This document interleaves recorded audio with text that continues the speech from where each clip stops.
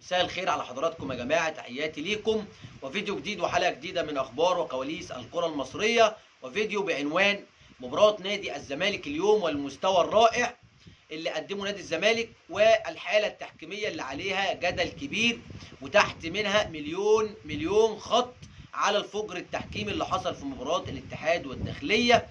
مبدئيا يا جماعة، نادي الزمالك النهاردة بصراحة قدم مباراة هايلة وخصوصا هجوميا، واحمد سيد زيزو برضه بالاخص لعيب لا خلاف عليه، نجم كبير يستحق ان هو يكون رجل المباراه.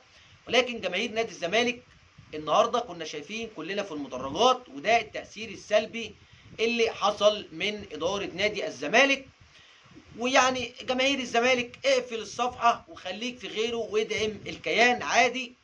إدارة نادي الزمالك يعني أكتر واحد ندمان النهارده هو الكابتن حسين لبيب، بأكد لحضراتكم ندمان أشد الندم، لأنه حس إن ما عملش حاجة ومطالبه ما اتحققتش، وفي الآخر رجع نادي الزمالك لعب. ولكن التأثير السلبي كله كان من الداعم رقم واحد وأهم حاجة في المنظومة الرياضية، واللي بيوقف دايما أي كيان على رجليه وهو الجمهور. أتمنى إن شاء الله المنظر يكون احسن من كده بكتير. اداء نادي الزمالك النهارده كان اداء شيق. اروح مع حضراتكم النهارده للحاله التحكيميه بتاعه نادي الاتحاد ونادي الداخليه. انا عايز اعرف بقى تحت مليون خط بقى هنا تحت حكم الفار وبرضه حكم الساحه. يعني حكم الفار لو في عفريت او كان متخيل لك مثلا خيال لاعب نادي الاتحاد ان هو في التسلل كبني ادم وعفريت مخيله لك كده، فانت اطلع وعرفنا. عايزين نعرف الفجر التحكيمي في الحاله النهارده اللي وصل بينا كده ده ايه.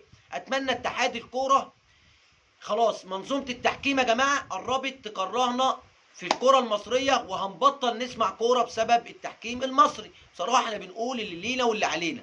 ما ينفعش يبقى كل يوم عندنا حالات وجدل تحكيمي، جدل وحالات تحكيميه كل يوم بنفس الوضع ده. كوره يعني مفيش ريحه التسلل خالص.